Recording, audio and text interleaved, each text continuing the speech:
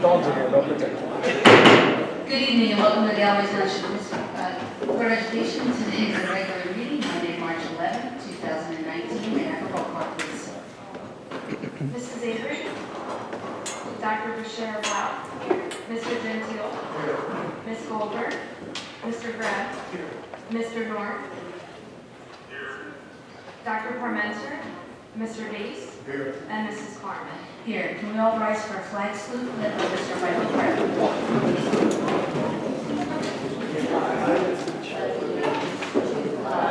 Of the United States of America, and to the republic for which it stands, one nation, under God, indivisible, with liberty and justice for all. In accordance with Public 231, notice this meeting was provided to the press for the Galloway Township School Building on January 23rd, 2019. We are skipping the approval of minutes for this evening and moving on to reading of communications. Thank you, Mrs. Carmen, and good evening, everyone. We have no communications this evening. And we do have some presentations. We do, and it's so nice to see so many people here.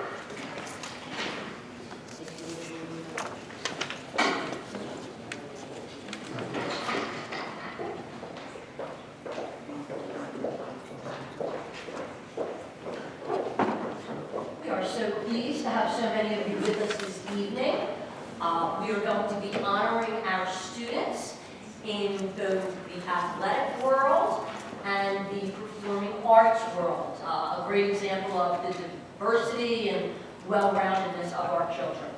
So, our first type of award is for the All-South Jersey Junior High Honors Band. And I know I saw Mrs. Junker and Mr. McGloin, the principals of GTMS and Arthur Brand. And I also know that the middle school band director, Mr. John Dondero, is with us this evening. If I could ask you all to join me at the microphone.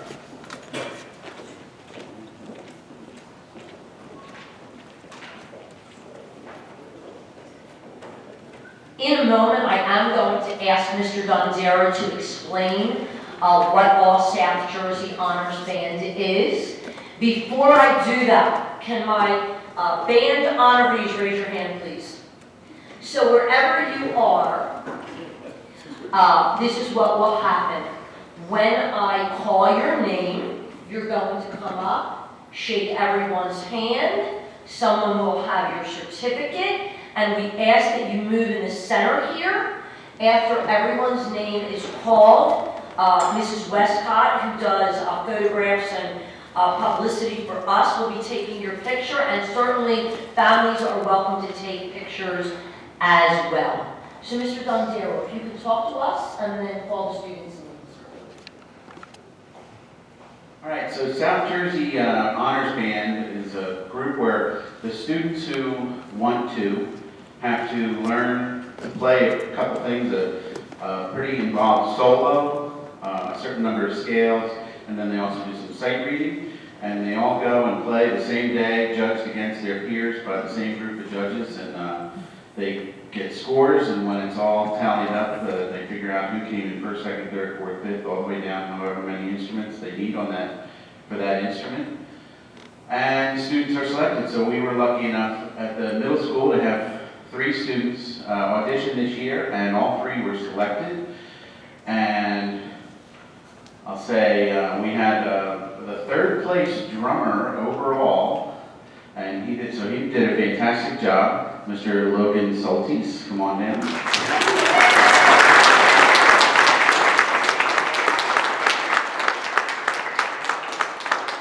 And I haven't seen this student yet tonight, but maybe he's here hiding. We had the 2nd place overall trumpet player, and so he sat first chair in his band, Colin Morrissey. Colin, I didn't see him yet.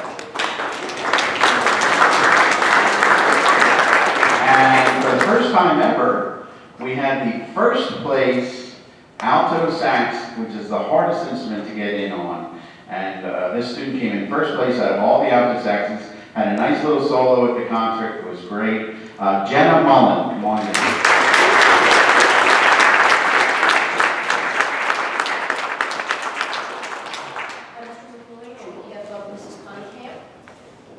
Good evening. Mrs. Cunningham was sorry she couldn't be here tonight. She actually teaches a class at the Rowan. So I want Samantha Salazar, who 6th grader from Arthur Ram, on clarinet. And Sam, take your time coming up on those crutches, dude.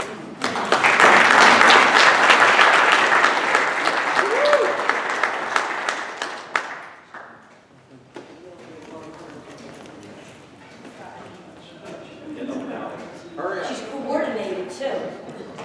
That was good. Great job. We'll go to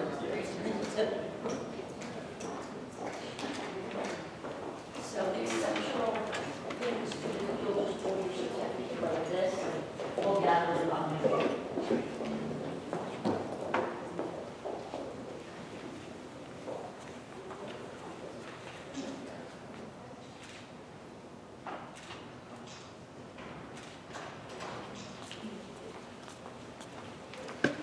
Congratulations again to all.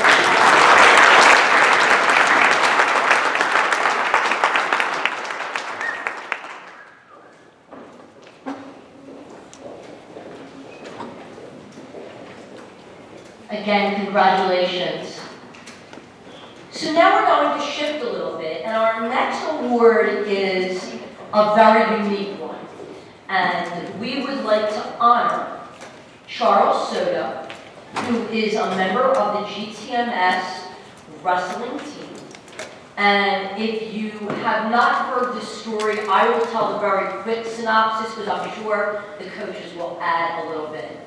It was a wrestling match against Lower Township, and that team had a young man who was Down syndrome, who was on the team. No one would ever wrestle this young man, for whatever reason. And the coaches from that team approached our coaches here with us this evening, and I will ask them to join me, Mr. O'Kane and Mr. Martin. Mr. Junker, you're welcome to stay up here too. And said, look, we have this student. He's never had a chance to wrestle.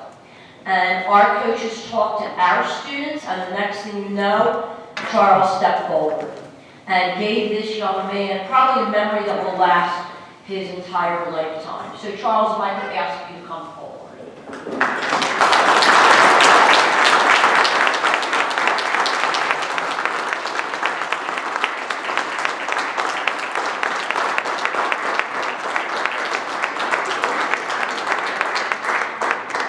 This is a special recognition, excuse me, and it reads,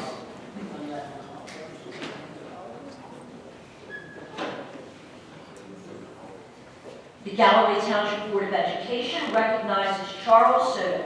Your act of kindness and humanitarianism is a shining example of a model Galloway School student. Your selflessness in giving your opponent a win is reflected back on your family, your team, your coaches, and your school community.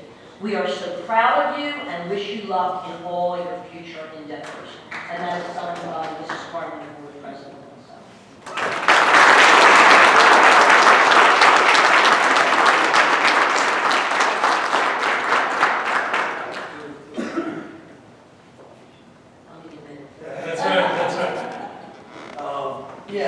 I know we've kind of, we've been speaking about this, and, nobody here is kind of surprised by Charlie and what he was able to accomplish here.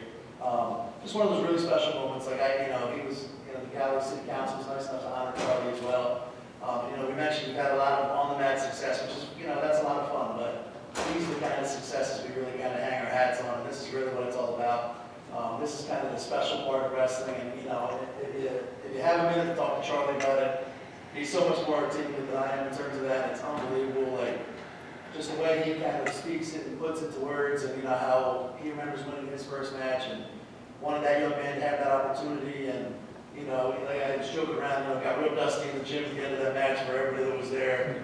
But the young man's dad came over, and I spoke with the young man's dad a couple times by phone in the following weeks, kind of thing. And he was saying that it just made his day. And the young man's a big fan of WWE wrestling, and he would point to his muscle and say, I'm the champion, kind of thing. And, that was because of what Charlie was kind of able to do for him. And it wasn't a matter of just Charlie went out there laying down and letting the young man pin him.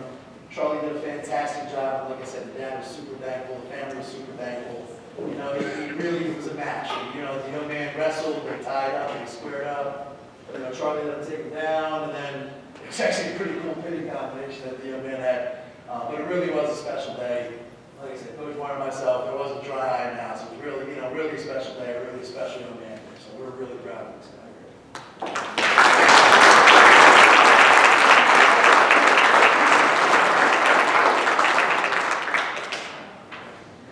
The day that this all happened, I just remember working this morning when he approached me, saying if I wanted to face Brett Pacho, which is the name of the young man that I faced. And he said that the coaches had told him that the young man had never had a match before. And I can remember when I went to Upper Township, had a tournament, I didn't win a single match, and that made me heartbroken. And then when I won my first match the week later, I remember how amazing how just it all felt, just having the whole gym behind you, your coaches and your teammates, just everyone supporting you. And that I noticed that he never even got to compete on the mat as it was. And so it was just an amazing honor to even give him his first match and his first win in general. And it just meant a lot to me. It meant a lot to me.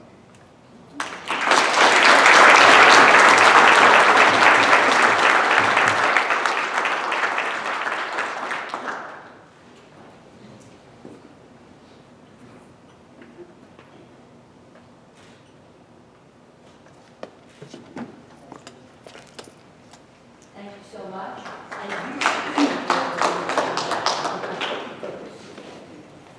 I'm going to pause a moment from wrestling because I believe I saw our other recipient from Honors Band come in. So Mr. Donzero, if you do not mind rejoining us. And if Colin might as well join him, let's have a nice round for Colin Morrissey. Also on top.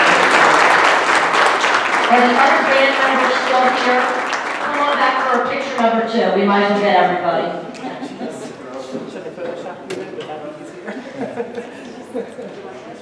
Oh, no. She's good. She's good. She's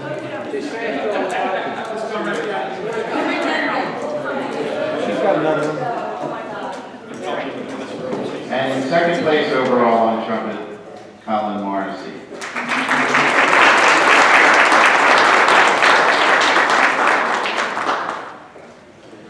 We'll just do a break for one. Or if you get in the front, and we'll get over. Take 2.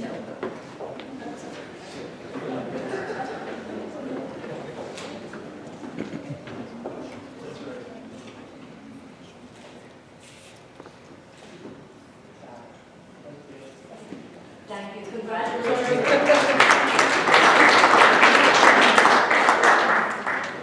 And we will now return to the world of wrestling. We are very fortunate to have a wonderful wrestling program that not only is about sports and humanitarianism, but good sportsmanship and so many positive things. And so wrestlers, the same thing is going to happen. I guess we'll let Mr. Martin speak and explain the types of honors we're doing this evening.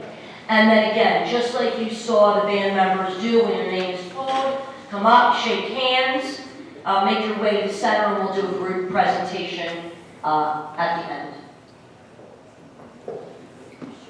Thank you, Dr. J. Quinto and the Board of Education members. Again, Coach O'Kane said earlier, we really pride ourselves on doing things the right way in the classroom, out of the classroom. These guys will tell you that I'm a stickler on them, and when they're seeing them in the hallway doing things, or just walking around, I always ask them to make sure they're doing the best and being the best you that they can be throughout the day. And just going through other schools, and other schools appreciate it as well. And we had about 50 guys come out this year, and out of the 50 guys, 33 of them never stepped foot on the mat before.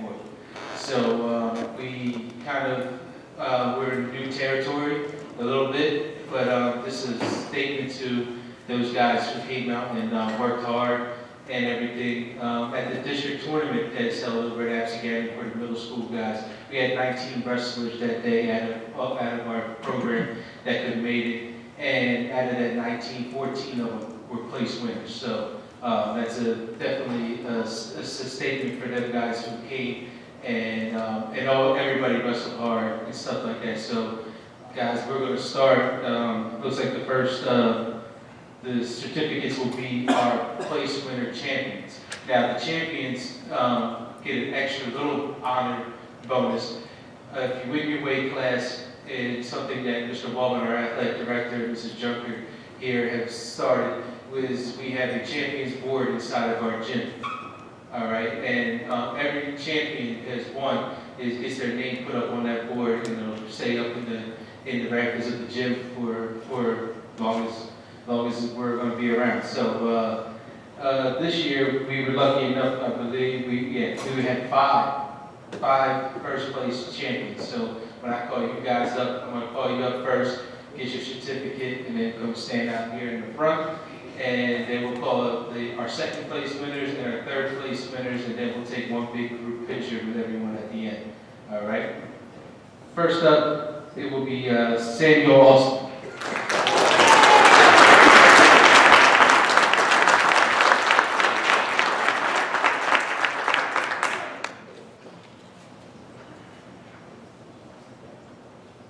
Next up, Sean Callan.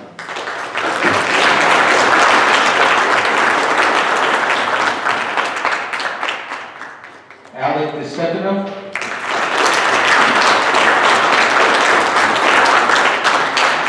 Sean Ralston.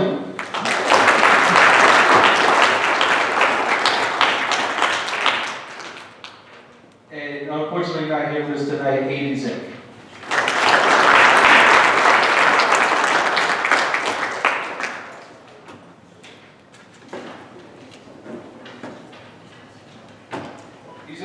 These will be our second place finishers. Anthony Denali.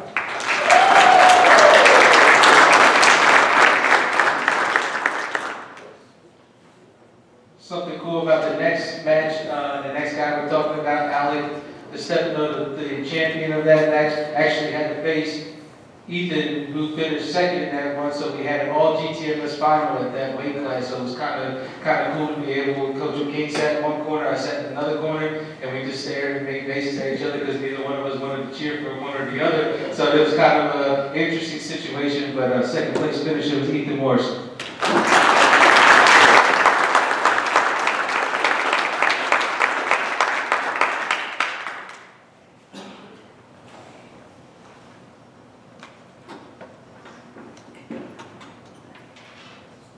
And you already met this other gentleman tonight. Bring it back up again, Charles Soto.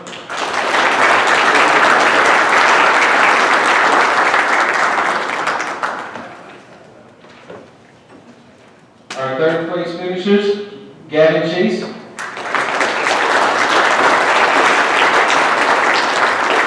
Frank Gargione. Ryan Lobiano.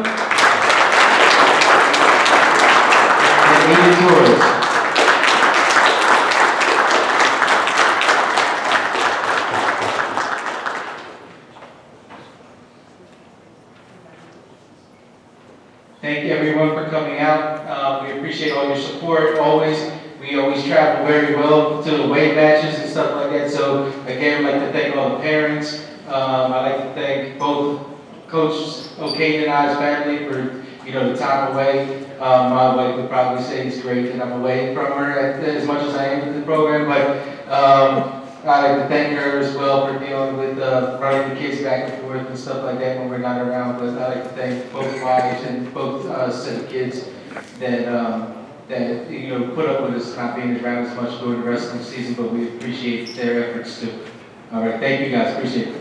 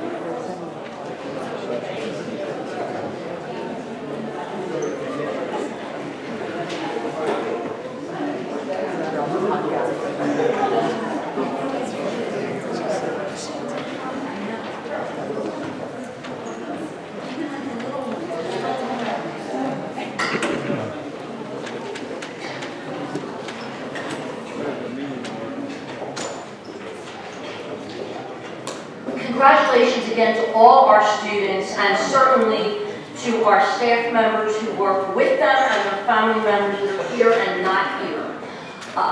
We do invite you, if you are interested in remaining for the board meeting, I will tell you that the next presentation is about the 2019-2020 budget. So I will say it's a pretty important topic, not as exciting as honoring students. So you are welcome to stay if you have other things to do this evening. We also understand if you do not stay, or you could stay for the budget presentation and then depart. Each family's personal call. Thank you again.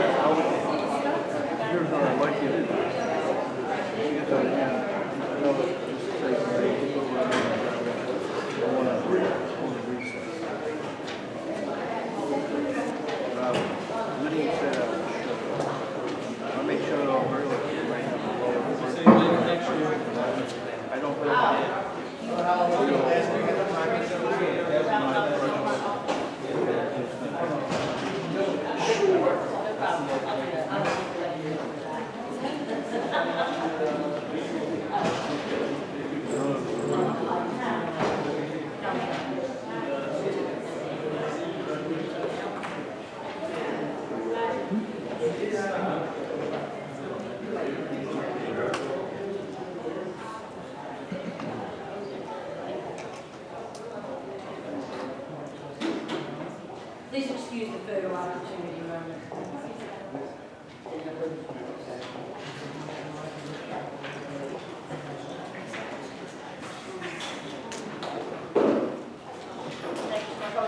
Your email back to me. Congratulations again. Dave. So those of you who regularly attend board meetings, which is many of you left in the room, on February 25th, Mrs. Nixon and I introduced the budget. And since then, quite a bit has happened. And this evening, we are going to give a more detailed update. It's not every detail, but you may recall us saying on February 25th that every presentation, we provide more information.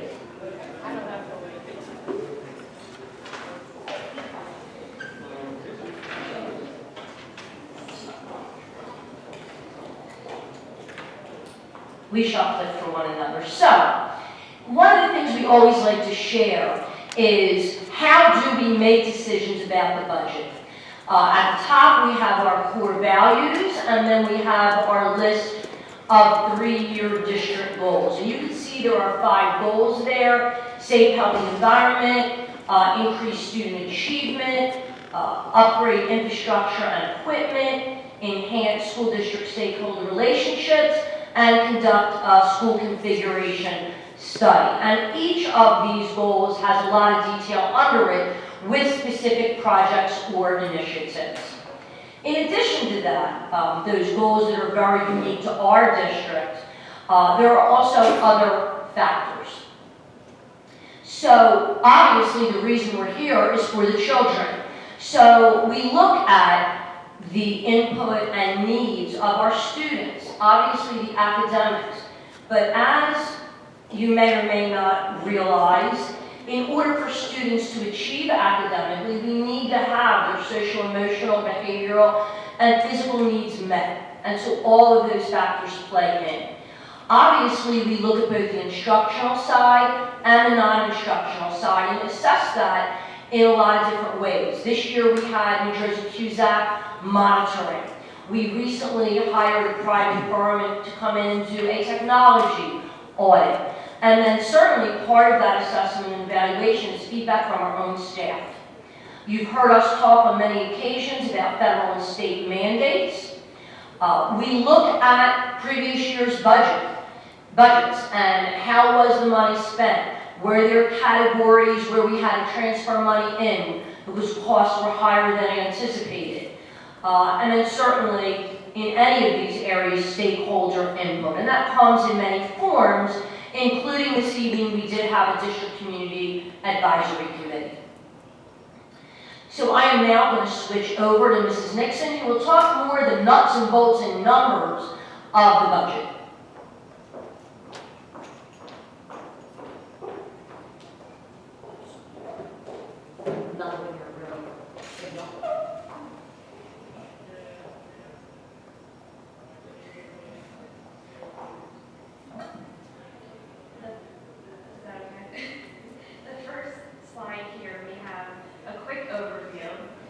Two main revenue sources. Our local tax levy consists of 53% of the revenue. Our state aid consists of 41%, and then our fund balance, which creates tax relief, consists of 5%. Our two main expenditures are salaries at 58% and benefits at 23%, and then transportation following at 7%. We have favorable efficiency ratings compared to state averages for every category every category that they monitor.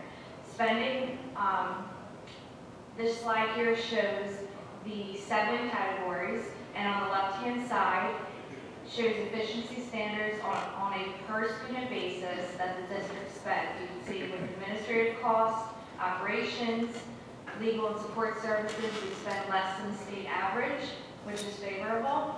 And then on the right side, for efficiency standards, the staff ratios compared to the state average. We have education support staff to students. We are above state average, which is favorable. Our administrative personnel to students, above 51.1 students, which is favorable. And then administrative personnel to faculty, which again is favorable. The budget process to date. So far we've created initial memos, held meetings with administration, including today.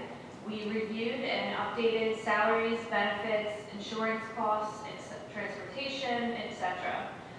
We presented information at the February 25th public meeting. We've identified initial reductions that we'll talk in more detail about this evening and next week through a comprehensive review. We received our 1920 state aid figures on March 7th.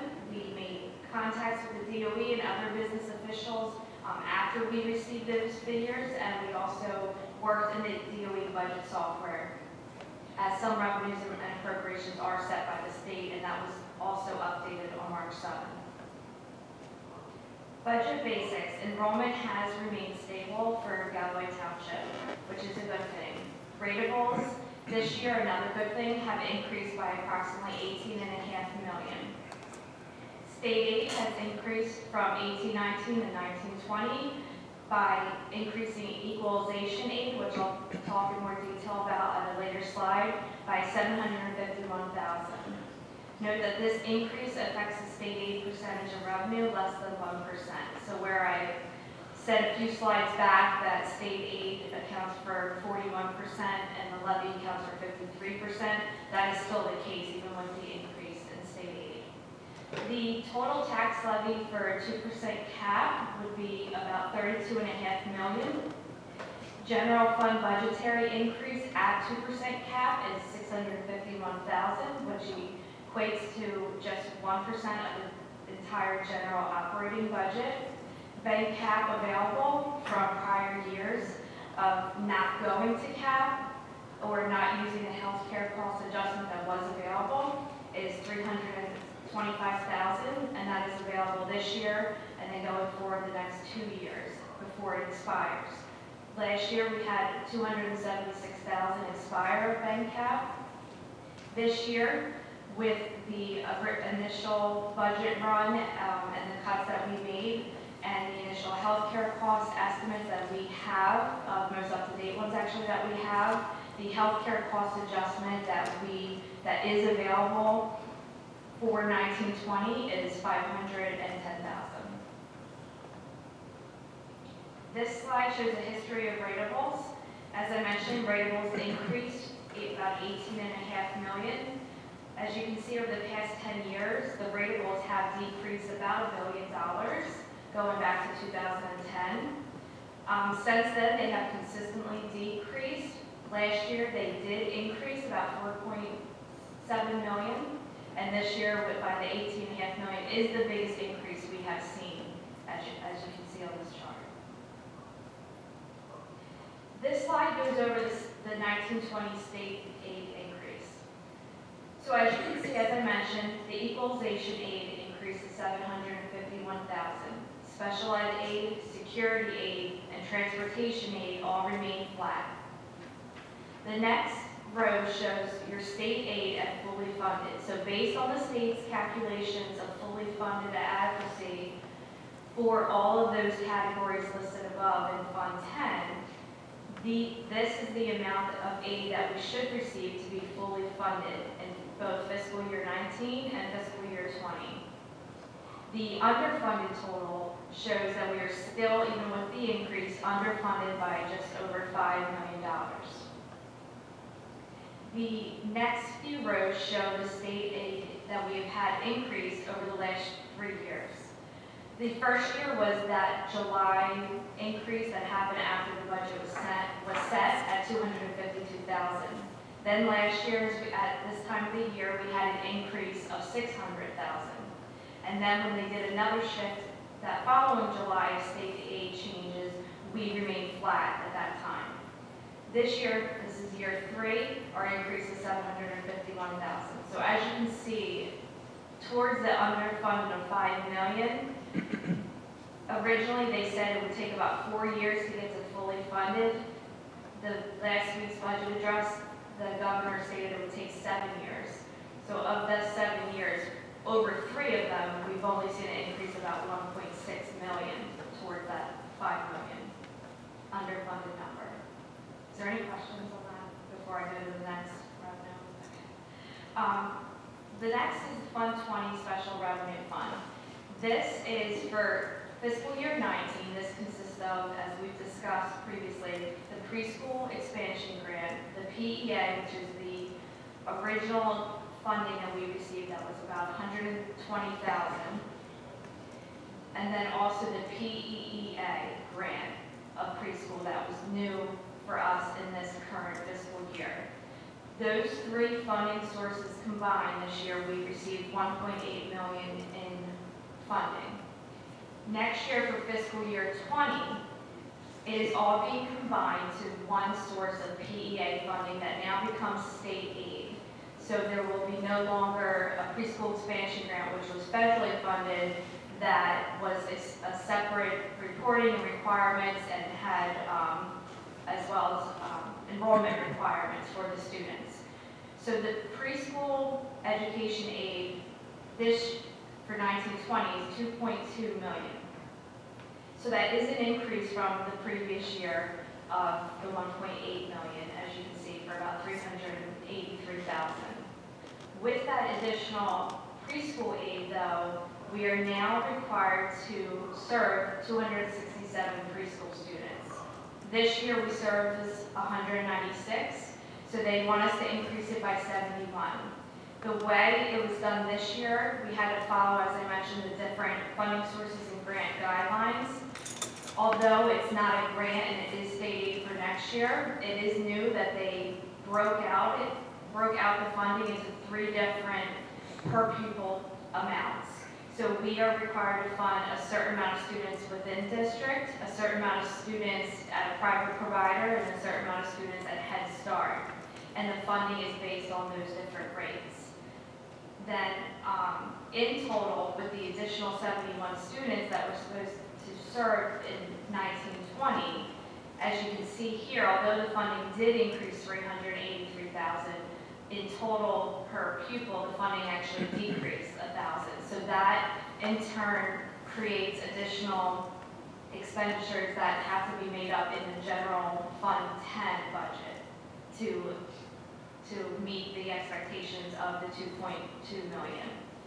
If for some reason we don't meet those expectations this year, or I'm sorry, in 1920, then the following year, the state aid would be decreased by those enrollment figures based on the ASSA.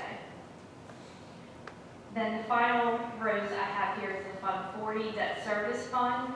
We only have the middle school here, solar debt is the only debt remaining, which is very low. It's scheduled to be paid off in 2024, so it's standard that the state aid for that would decrease slightly each year as our interest rates decrease each year towards paying that off.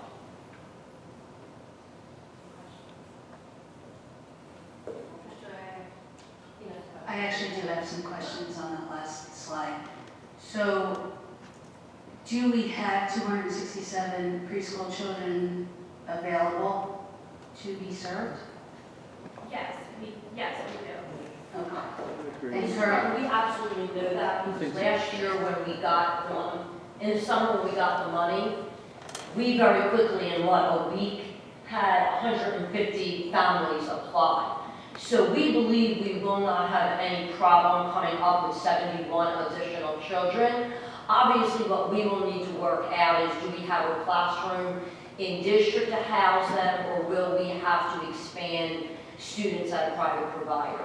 But in terms of, are there 71 children out there? Absolutely. Okay, and does the private provider have space, or Head Start have space for an additional 71? And what's the difference in the rate? Do we get the same amount whether they're in district, out of district, or a Head Start?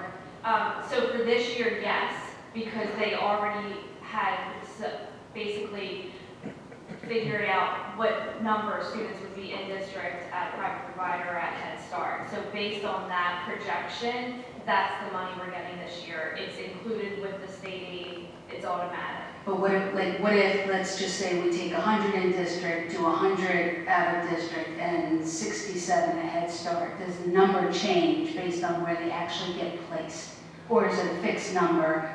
As of right now, it's a fixed number. Now, this is new and only came out on Thursday afternoon. As of Friday, they email us requesting a little, every district actually, a little bit different information. So that's something we're going to continue outside of our control, but within the state as they finalize this. But as we're told right now, it's state aid, and then that is basically the calculations that they determine for the districts. Am I correct in saying there's a certain amount we have to spend at Head Start? There's a certain amount that we have to spend for private providers. The rest could all be spent in district. However, if we don't have space, then to reach that 267, then we would have to use one of those other sources. Okay. And just so I understand, there is no longer the preschool grant, any of the grants is now rolled into state aid, but there's still mandates and there's still guidelines on how to Stipulations, spend money. Correct, yes. Okay, that makes a lot of sense. Thank you.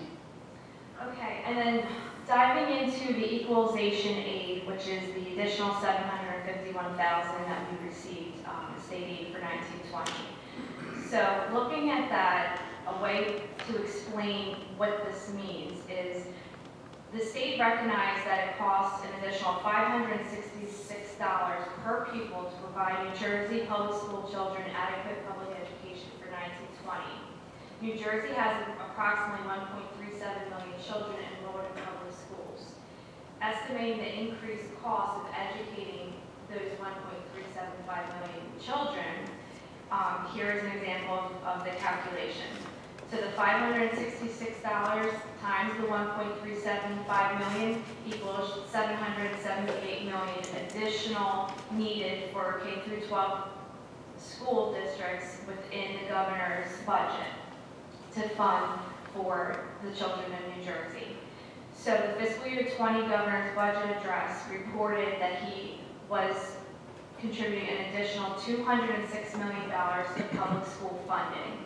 So of that $778 million that's required, that means that the state shifted $572 million of that increased cost to local school districts. And the next slide, I will explain how that affects us.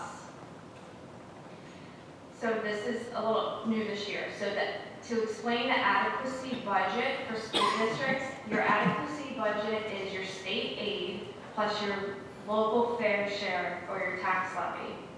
The total equalization aid for Chapter 67, which is fully funding school districts, for Galloway is $24.3 million. The equalization aid that we received this year went up to $21.5 million. Therefore, based on this calculation, we are still underfunded just the loan and equalization aid, $2.8 million of that original $5 million that we're underfunded. In addition, what happened, as I discussed on the previous slide about shifting the burden, is there's a multiplier rate for equalized valuations, which increased for 1920 on the local fair side. The local fair share side. This increase shifted the burden of adequacy costs from the state to the taxpayer, significantly reducing eligibility for that equalization aid in Chapter 67. So when we meet in small groups, I have calculations of this to show you and give it in more detail. But what that means is if the state did not change the percentage of that adequacy budget, so that, say, for example, state aid is supposed to be 70% and local tax levy is supposed to be 30% to equal your 100% adequacy budget. What they did this year, without really publicly explaining that during, obviously, the budget address last week, is they changed the local fair share to now be 40% and the state aid to be 60%. So by doing that, what they're supposed to fund for equalization aid has actually decreased. And I did that calculation, and that calculation is the 1.86 million. And that is the additional increase we would have received in 1920 alone if the rates hadn't changed. So although we did receive the 751,000, we technically should have received the 1.8 million as well if they didn't shift the rates when they were doing the calculations. Is the equalization aid of $21.5 million, is that inclusive of the 2.2 additional aid for the preschool grant, or is that not inclusive? This is completely separate because one's Fund 20, so the preschool grant you can't use to fund anything in Fund 10, which is the entire general budget. The preschool grant is a Fund 20 account, like a Title I, like a Title II account. But if it's going to be funded out of the general budget, would it not be considered general budget dollars? No, what it would be is the Fund 20 budget would be prepared and completed to total that 2.2 million, and then any additional cost that the preschool does cost the district, just like now, that's a separate account in Fund 10. Okay, Or, sorry, Fund 11, yeah, Fund 10 or 11 on your sheets. thank you.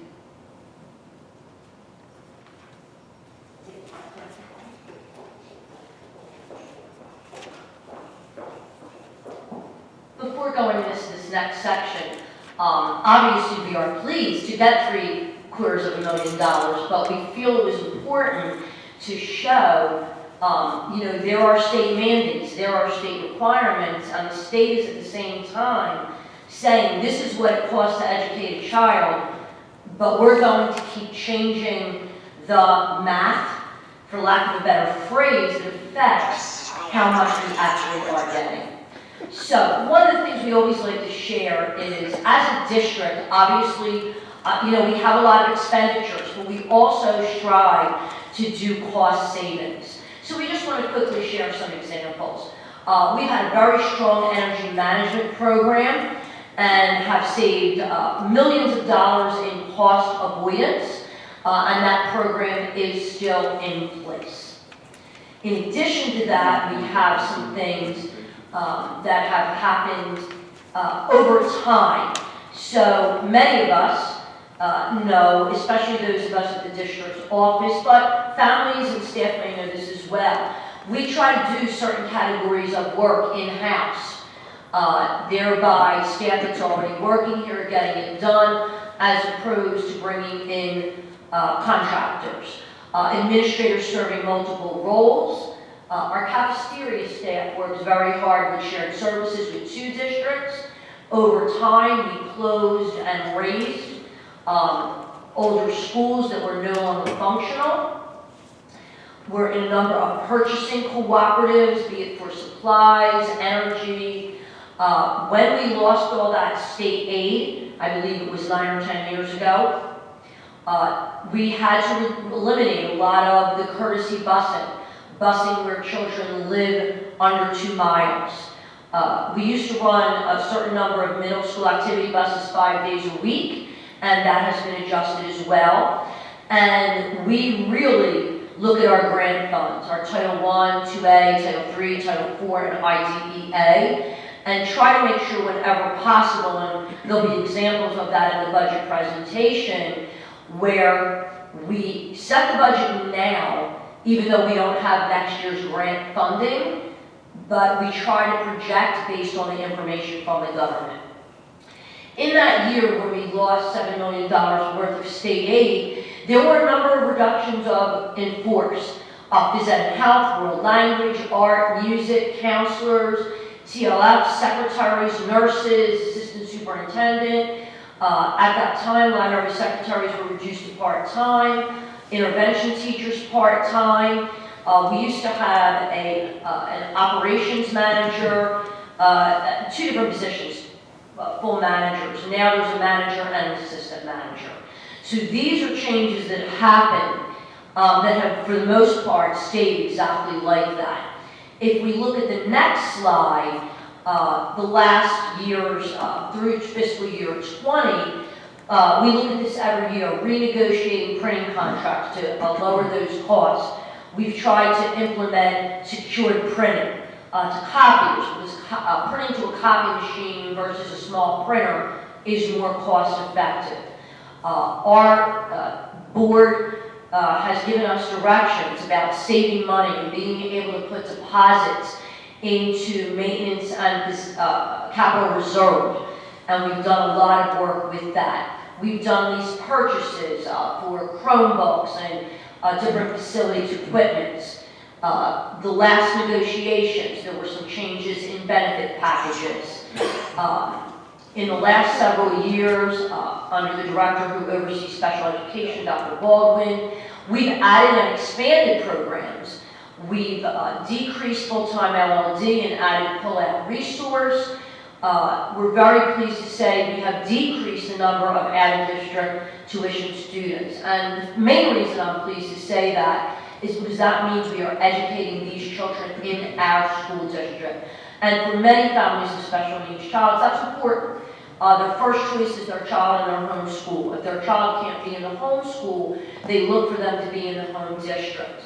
So we are not just looking to meet the letter of the law, but also the spirit of it. With that, it also saves money, especially on things like transportation.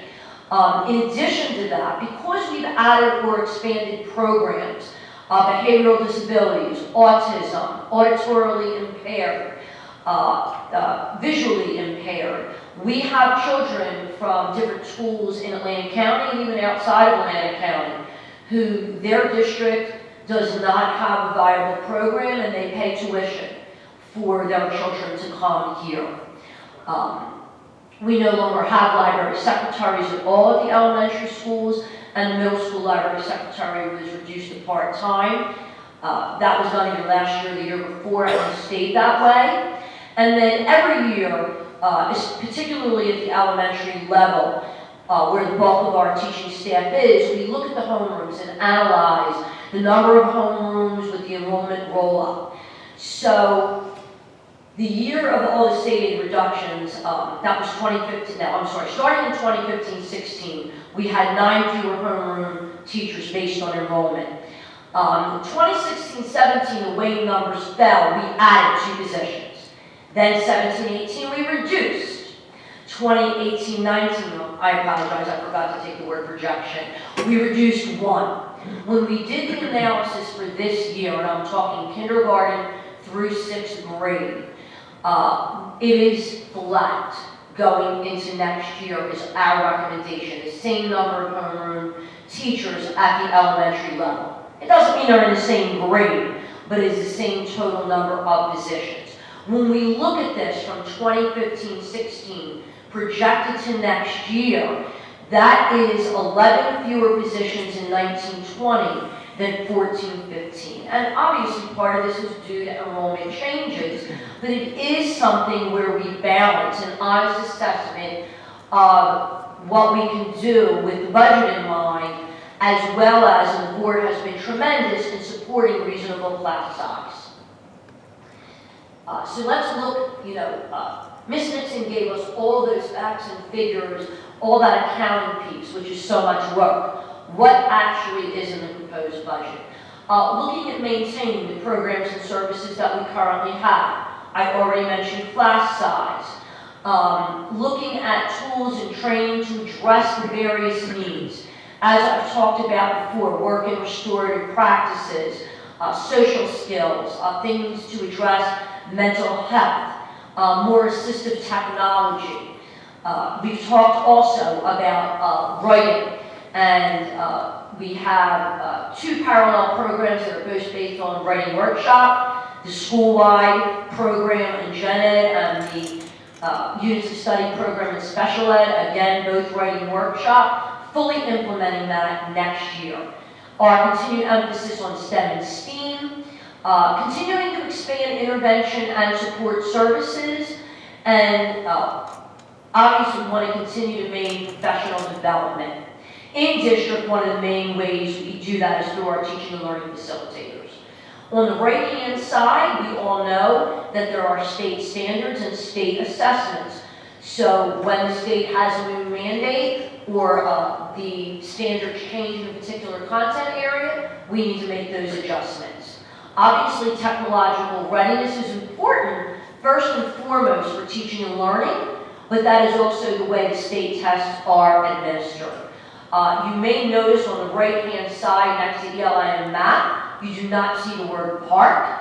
The state made some revisions to the assessment, and they are now learned as the student learning assessments. Science, ESL, and the DLM for special needs students, they all still are in existence. Moving into personnel, we are a people business, and the majority of services, instruction that we provide to our children are provided by real live human beings, our certificated staff and our support staff. So we had a number of requests from the administrative team. Right now in the proposed budget, we are looking to add 2 intervention teachers in the area of language arts to the middle school. If you will note, there aren't any at all. There was only 1 intervention teacher at the middle school for math.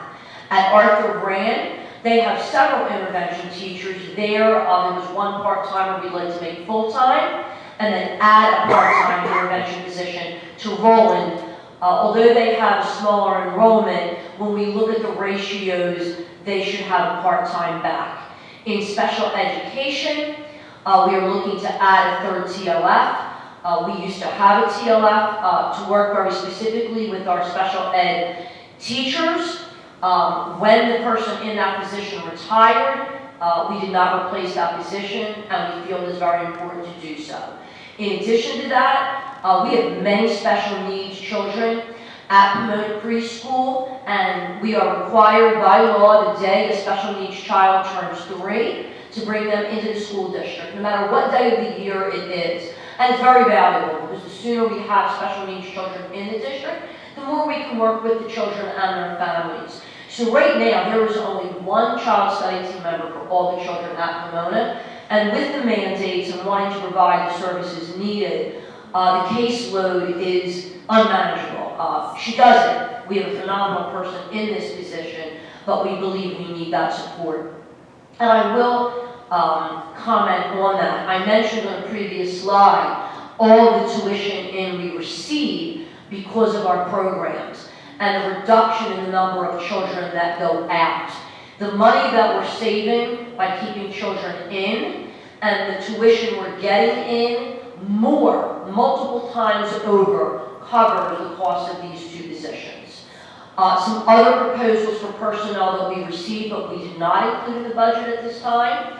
We've talked before about an alternative program for the middle school. Some may ask, it's 2 teachers, 2 teachers. The reason we put the intervention teachers in first is because that has the opportunity to impact more students. Alternative teachers are going to have a class of 6 or 8 or 10. They are generally numbers in an alternative program. So we're not saying that need doesn't exist, but we had to make decisions to reach a budget that at this point is at cap. In addition to that, there was also a request for part-time intervention and part-time ESL at Reeds. Again, when we're working on the budget and making decisions, we have to prioritize. Every position on that screen is a legitimate request. It's also important to note that we are currently in negotiations with the GTEA, and that requires Ms. Nixon to do budgeting based on how negotiations are progressing. One of the things that everyone is always interested in is elementary class size. So I will note that these are January 19 enrollment figures rolled up a year. Kindergarten registration is just getting started. So the reason kindergarten and first grade look the same is because we moved the current K to first grade and then just replicate that number to project for next year's kindergarten. So in that middle column, remember there's 4 elementary schools with the same configuration. So the lowest elementary school has 16 children per class, and the one with the highest has 19, that should be 0.5, please excuse my typo. The average across all 4 schools is then 17.4. And you can see those numbers for each grade level. You know, we always like to see smaller numbers, the lower the grade. Somebody might ask, wow, 23 kids on average in 6th grade, isn't that good? Yes, it is.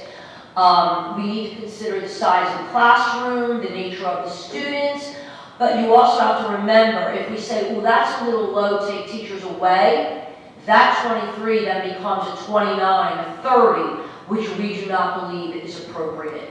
Some of the notes, I already did the first one.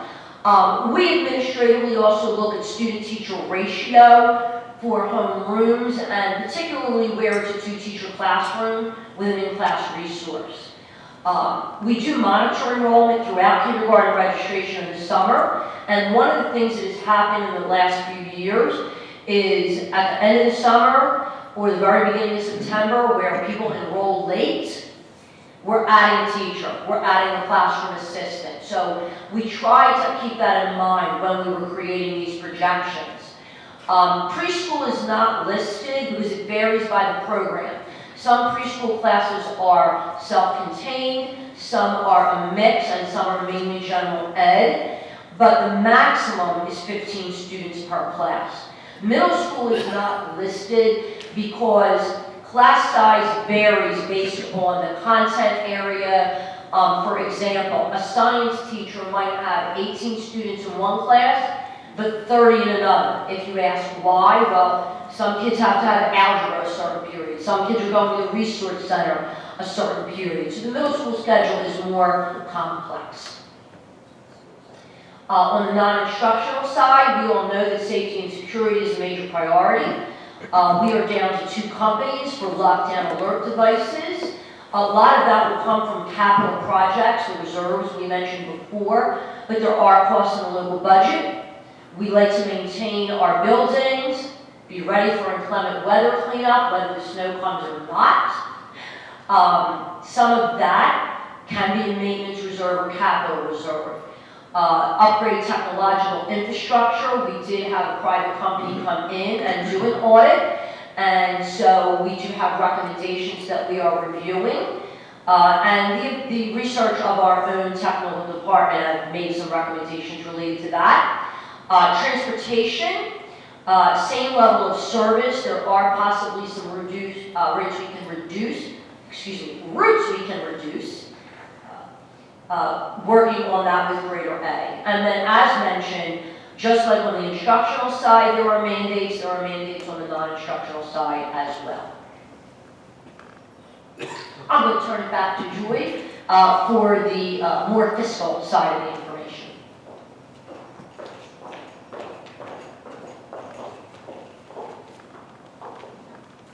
Thank you.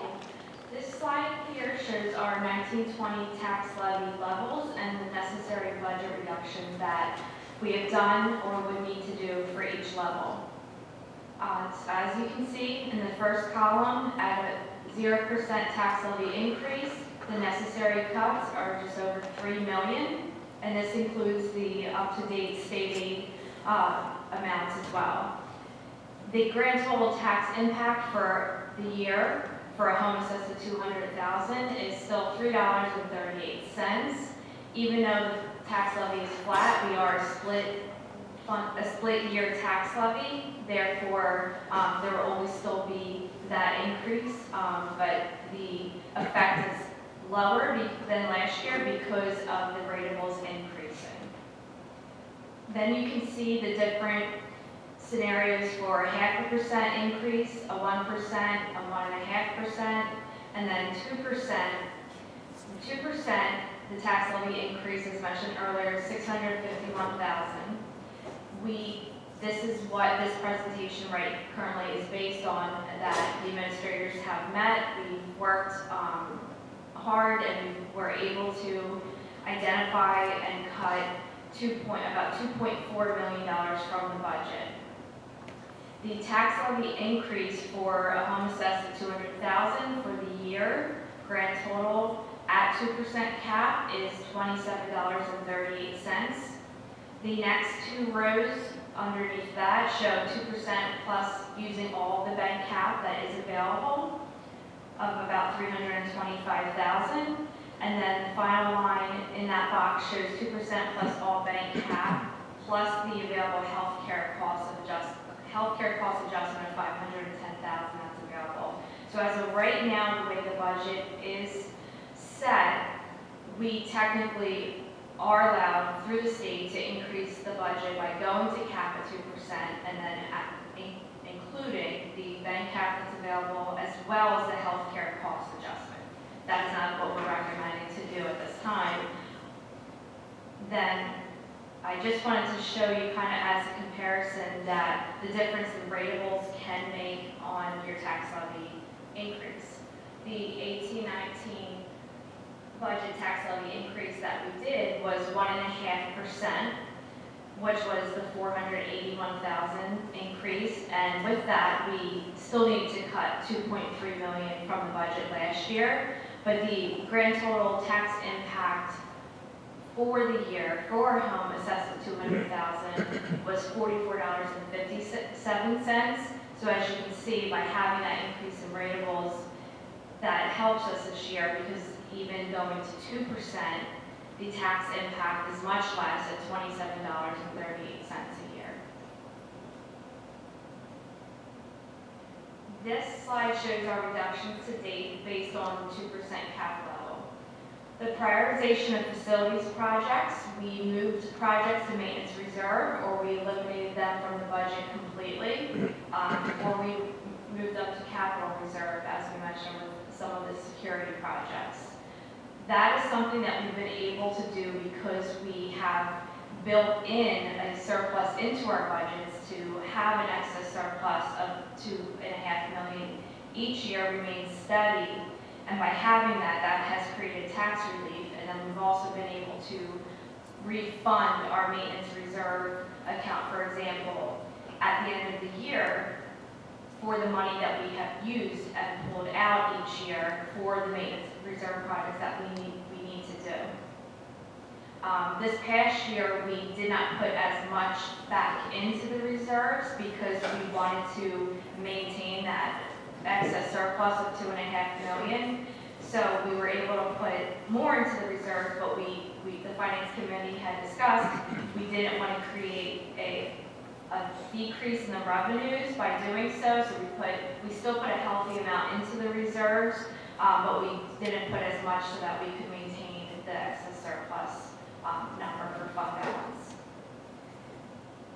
If we did not have if we did not have the maintenance reserves, for example, all the projects that we have taken out of the budget, we would either have to take out and not do it all, which could cause issues with the buildings, or we would have to do it, and the only way we could do those maintenance or capital projects would be going to referendum or taking out critical things from, say, the instructional side of the budget to handle critical things on the non-instructional side of the budget.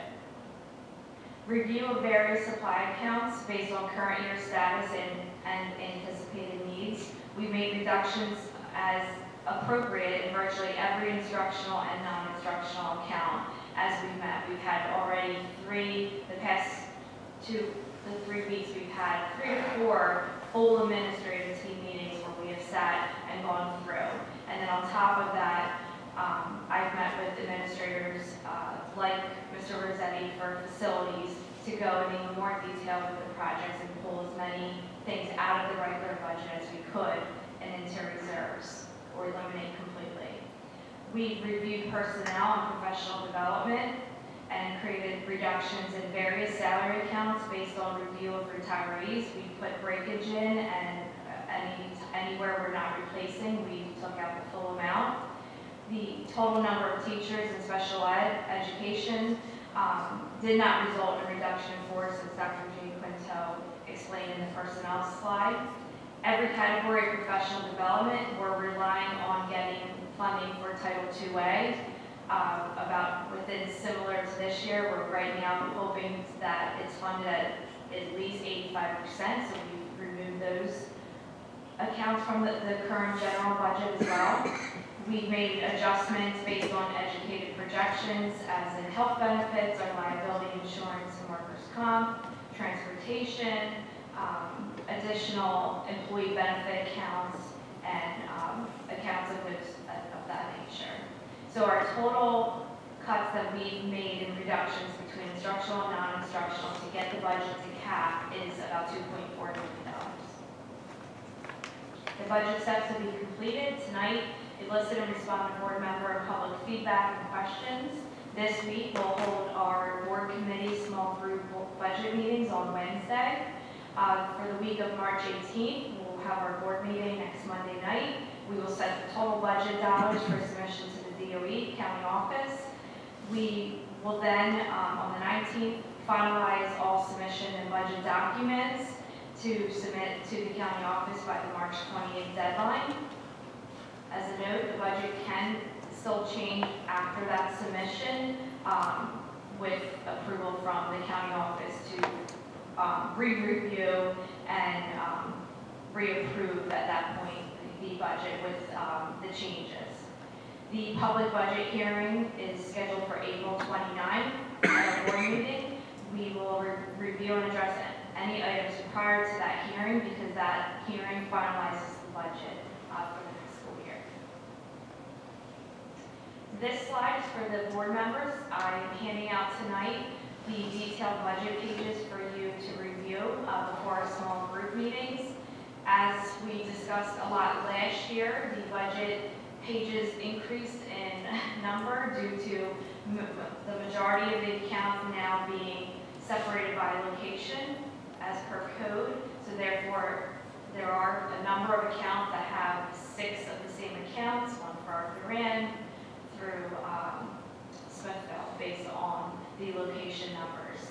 So looking at the pages, you'll see the account number, the description, the amounts for the fiscal year 18 adjusted budget, which most of those, when we do this look back, most of those are going to not be by location because that was not required at that time. And then for fiscal year 19, you'll see the original budget as it was set. For fiscal year 19, you'll see also an adjusted budget because this would show, for example, what did we really budget in required maintenance accounts, for example, at Arthur Rand, and then the adjusted budget would show how much money have we pulled from maintenance reserve so far this year to actually do the things that we needed to do versus what we originally budgeted. And then the fiscal year 20 budget is set as we presented tonight, and then you will see the difference dollar amount and the difference percentage amount between the fiscal year 19 adjusted budget and the fiscal year 20 projected budget. Any questions or comments? Thank you, Ms. Nixon. So, first of all, there will not be a quiz on the parts of this particular that Joy explained. It does get very complicated, and she does a great job understanding it and working on it. As Ms. Nixon indicated, where we are as an administrative team, in the detail pages you are getting, the budget is to that cap level. When we meet on Wednesday, we will go into greater detail in the small group meetings. That is not a committee of the whole. They are small group committee meetings. Look more at what the reductions are, give you further details, and certainly answer any board questions. Of course, at this time, we will be happy to answer any questions from the board, and then we will open it up to the public. I think we're going to return to our seats to do that in case we need to look anything up.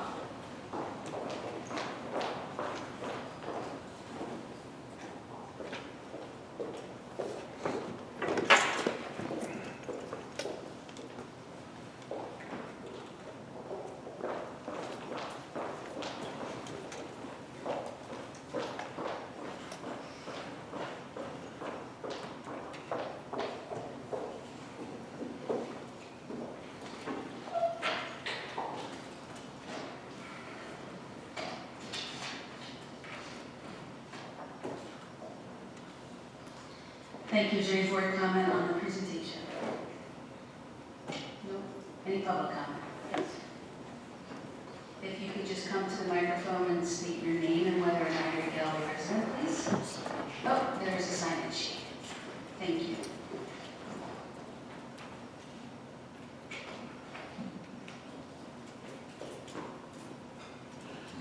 My name is Belinda Chester, and yes, I am a Galloway Township resident, and I have 2 children in Galloway Township schools. The first thing I noticed in the presentation was, well, not the first thing, there are many things, but I just wanted to point out 2 things that I found particularly troubling. One was 2 fewer nurses. As a parent who's gotten a call more than once from the school that there was not a nurse at school at the time that my son needed an asthma inhaler, I found that to be a problem, and that happened more than one time in the preschool. I was actually told by the nurse at one time that that was because she was having to travel between schools, so she was not always available to the preschool. So particularly a 3-year-old is not able to give themselves an inhaler. So they actually need a nurse there, and the person who called me one time said, I'm not a nurse, but I have asthma, so I know how to do it. So respectfully, I would like for you to maybe reconsider having 2 fewer nurses on staff, especially if you can't have one at every school when it's needed. The second thing is a decrease in the number of LLD teachers and adding pull-out. And while on the surface that may seem fine, because my understanding is that that's being changed to multiply disabled classes, what that essentially does is reduce the number of opportunities that your special education students have. So you have, right now, you have 3 choices. Well, they're not really choices, but you have 3 areas that your special education students can go into that are still within the closed classrooms, not going into inclusion classrooms. If you reduce that down to only having multiply disabled and having an autism class, then you no longer have that 3rd choice for those students. They have to either go into multiply disabled or they have to go straight into inclusion class. And some of those kids might not belong in multiply disabled and they might not be ready for inclusion. I would like to respond to that one. Mrs. Chester, we are absolutely not eliminating the LLD classes. One of the things through a lot of work with the child study team members, with teachers, that Dr. Baldwin brought to my attention was we were finding in some instances there was a concern for children to be an in-class resource all day. And we were finding that some of those children were being placed in the LLD self-contained setting. The reason we are decreasing the number of LLD homes is because we are increasing pull-out resource center, which is, in terms of least restrictive environment, if you think gen ed, then in-class resource, then pull-out resource, then LLD, then MDEC. If you look at it that way, so actually we are increasing least restrictive environment services. So there are children right now that might be in an LLD classroom that next year will be in a pull-out resource. This past year, we only had pull-out resource at Arthur Rand Elementary School. Next year, we will have pull-out resource at all of the elementary schools. So it's actually a step forward in terms of least restrictive environment and adding another layer into our continuum of services. But correct me if I'm wrong here, but that means that the children who are currently in the LLD class that are successful in that class, those classes, the multiply disabled classes, are going to be kindergarten to 2 and then 3rd to 4th. So currently those classes are, so kindergarten 1 to 3 and then above. So a child that's currently in a 1 to 3 class is actually going to go down into a kindergarten class. It is a combination, it depends on the child. Yes, we are, right now, they tend to be a single grade, and the idea is, and that's a separate issue from the in-class resource, but looking at how we are deploying not just personnel, but the experiences for the children. Do we have a better chance of getting them in their home school? So it really is a variety of factors. That decision is not a pure budgeting decision. That is more of a decision coming from recommendations from the staff in working with the child study team and the director. I am making a note of your concern. I just wanted to clarify, just in case this was helpful, but the 2 items that you mentioned were on previous year budget changes, they're not directly involved with this budget. Okay. At all. Again, especially on the nursing staff, I'm just thinking that that's something you should take a second look at, because you're currently not serving every school with a nurse. That's according to the nurses in your school, that they can't be at the school all the time. So the main concern is no nurse there. But I just want to clarify, we're not stating Okay. two fewer nurses for 1920. This is previous years. So maybe we should add one back in just a second. Thank you. Thank you, Mr. Chester. Moving on to superintendent's report. Yes, thank you very much, and I will do that. I also would like to acknowledge many members of the administrative team here this evening and thank them for all their work on the budget as well. Superintendent's report, we do not have an attorney's report this evening. Mrs. Halfelt was the last meeting and will be at the next meeting. When we look at enrollment, we have 3,301 students in district. When we add special services, Yale, Bancroft, Coastal, Archway Home Instruction, Charter, Choice, and private preschool, it totals 3,420 students. Also attached to the board is the out-of-school suspension report for February, the HID report, February 21st through March 6th, and Resolution 4 is to accept, modify, or reject the HID report provided in the last board meeting. Thank you. Can I have a resolution to accept the HID report presented to the board February 25th for the reporting period of January 24th through February 20th, 2019? Thank you. Is there any board comment? Any public comment? Ma'am, roll call, please. Mr. Gentile. Yes. Mr. Gregg. Yes. Dr. Bashir Blau. Mr. Norm. Vice President Dace. Yes. And President Carter. Yes. Curriculum instruction, please. Thank you. The first set of items are related to student activities and permission for students to walk to various schools. We then have items related to home instruction with the ID, the school, and the details. And then we also have supplemental instruction for a student. Thank you. Can I have a motion to approve items 1 through 5 under curriculum instruction? So moved. Is there any board comment? Is there any board comment? Any public comment? May I have a roll call, please? Mr. Gentile. Yes. Dr. Bashir Blau. Mr. Brent. Mr. Nord. Vice President Dace. Yes. And President Carmen. Yes. Finance and school operations, please. I will turn the agenda over to Ms. Nixon. The first item is resolution 1 to 2 are to approve tuition receivable students. Resolution 3 is to approve the disposal of property. The attachment is included. Resolution 4 through 7 are to approve food service shared service contracts with Port Republic and Atlantic Community Charter School for the 1920 school year. Resolutions 8 and 9 are to approve our risk management consultant, Dennis Brown, of Flood Insurance for the 1920 school year with the Casbo JEF. Resolution 10, please make a note of a change, is to approve the following out-of-district placement beginning January 17, 2019 through June 30th, 2019 at a total tuition cost of $35,133.12. That change was, actually, it went into effect, we were notified today. Resolution 11 is to approve transportation with the Atlantic County Special Services School District for the 1920 school year.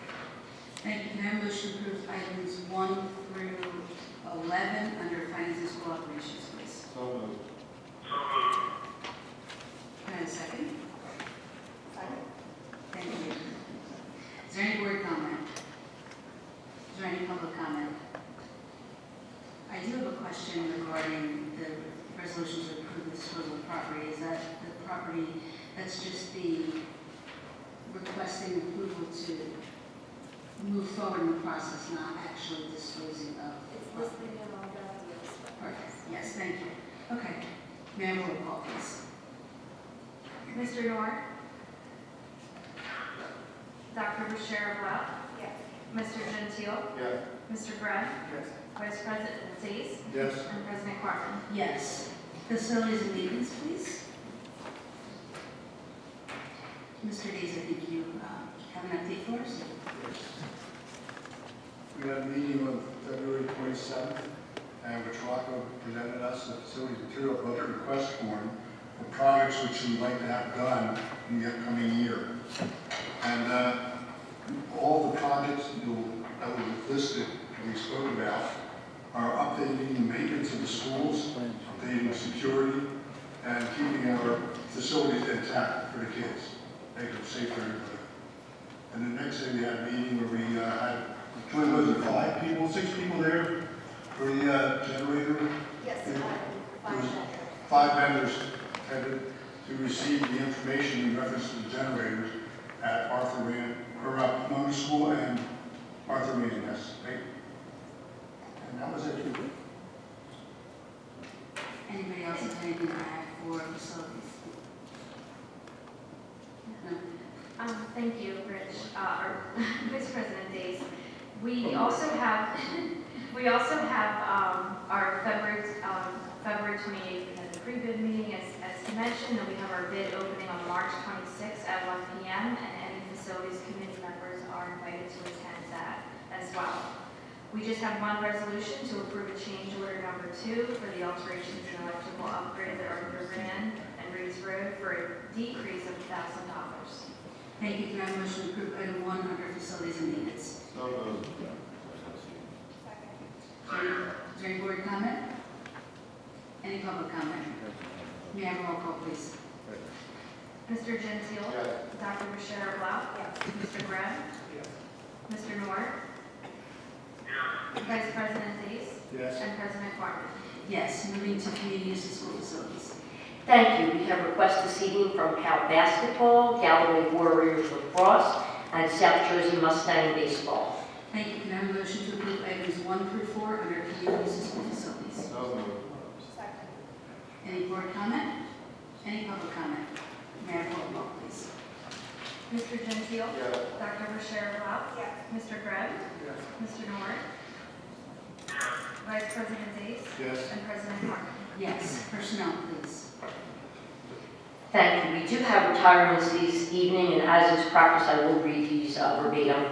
Item 1 is a resolution to accept with regret the letter of intent to retire from Mary Lou Cawley, teacher at Reeds Road Elementary School, effective June 30th, 2019.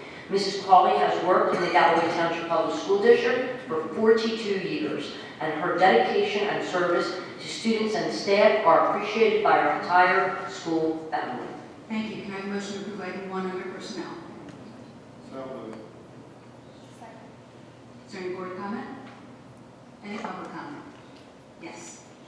If you can come to the microphone, state your name and whether or not you're a Galloway resident. Ed Zimmerman, I'm not a Galloway resident, I'm a teacher at Reeds Road School. I just wanted to speak to the motion you're about to vote on. Mary Lou, I've known Mary Lou now for 21 years working with her. She quietly goes about her business, and she's done a great job for all the special ed students at Galloway Township, especially have gone through Reeds Road. And she's also been a very strong ally as a union member, so her retirement will be missed. Thank you. Thank you, Mr. Zimmerman. Is there any public comment? May I have a roll call, please? Mr. Gentile? Yes. Dr. Bashir Blau? Yes. Mr. Greb? Yes. Mr. Nord? Vice President Dace? Yes, with regret. And President Harmon? Yes, with regret. Thank you. Item 2 is a resolution to accept, with regret, the letter of intent to retire from Mary McCarty, teacher at Roland Rogers Elementary School, effective June 30th, 2019. Mrs. McCarty has worked in the Galloway Township Public School District for 28 years, and her dedication and service to students and staff are appreciated by our entire school family. Thank you. Can I have a motion to approve item 2 under personnel? So moved. Is there any board comment? Any public comment? May I have a roll call, please? Mr. Gentile? Yes. Dr. Bashir Blau? Yes. Mr. Greb? Yes. Mr. Nord? Vice President Dace? Yes, with regret. And President Harmon? Yes.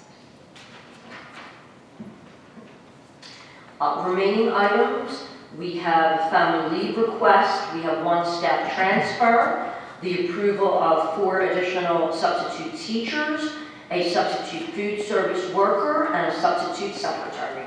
Thank you. Can I have a motion to approve items 1 through 7 under personnel? So moved. Is there any board comment? Any public comment? May I have a roll call, please? Mr. Gentile? Yes. Dr. Bashir Blau? Mr. Greb? Yes. Mr. Nord? Vice President Dace? Yes. And President Harmon? Yes. Supplemental personnel, please. Thank you. In this section, we have items for additional child care staff members. We also have the various categories of staff for kindergarten registration, and finally a salary differential for a staff member. Thank you. Can I have a motion to approve items 1 through 3 under supplemental personnel? So moved. Second. Is there any board comment? Any public comment? May I have a roll call, please? Mr. Gentile? Yes. Dr. Bashir Blau? Mr. Greb? Yes. Mr. Nord? Vice President Dace? Yes. And President Harmon? Yes. Moving on to policy, Mr. Gentile, you have an update for us? Yeah, we had a policy committee meeting a week ago this past Monday. We gave you some policies, none of which are on the agenda now. They'll show up on the first reading next meeting. And this is just the second reading. Thank you. That policy for second reading is breakfast offer versus serve. Thank you. Can I have a motion to approve item 1 under policy? So moved. Thank you. Any board comment? Any public comment? May I have a roll call, please? Mr. Gentile? Yes. Dr. Bashir Blau? Mr. Greb? Yes. Mr. Nord? Vice President Dace? Yes. And President Harmon? Yes. Notice of public meetings? Yes, as already mentioned, on March 18th is a regular meeting. April 8th is also a regular meeting, and April 29th, as mentioned, is both public budget hearing and a regular meeting. Also, for everyone's information, we have Into the Woods being performed later this month here at GTMS. We have the dates for the spring concerts, community resource fair, St. Baldrick's, and safety forum, as well as the Ed Foundation People of the Year dinner. Thank you, and I believe the tickets for the People of the Year dinner, which is honoring one of our own, Mr. John Moore, I believe is due April 1st, so if everybody is interested in attending, please get those in. Is there any other public comments coming before this Board of Education? Going around the board, Mr. Gregg? Nothing? Mr. Ginger? Dr. Sharpa? I just like to say congratulations to all the band members and to the wrestlers, especially young Charles Soto. He's quite a gentleman. What he did is outstanding. He really deserves all the acclamations. Agreed. I'd also like to remind everybody about St. Baldrick's on Thursday night. There's some leaders and the school board and teachers. And it'll be the 4th year my young grandson will be doing it. He volunteered in 2nd grade. He's now in 5th grade, and he volunteered to do it. And it's quite a thing to see it. Good. Very nice. And Mr. North? Yeah, a couple of things. I'd like to congratulate Dr. Michael Hinman on earning his doctorate degree. Really great accomplishment. Also our student honorees and their coaches and staff members that work with them. That's why one of the reasons why our school district is so great academically and athletically. And finally, I'd like to thank Suzette and Madeline for nominating me for the governmental advocate for education and somehow ramming that through the Ed Foundation. It's really an honor and I appreciate it very much. Thank you. Thank you. And I just have one thing. Dr. Jay Quinto, along with the Chief of Police, and I attended a seminar last week in which Donna Higbee and Dr. Jay Quinto gave a seminar. And it was really well attended, it was really well done, and it was really nice to sit there, being part of this district and hearing, what we do, and it was a very proud moment, so well done, thank you. We do not have executive session this evening, correct? Okay. And I motion adjourned. Second? All in favor? Aye. Thank you.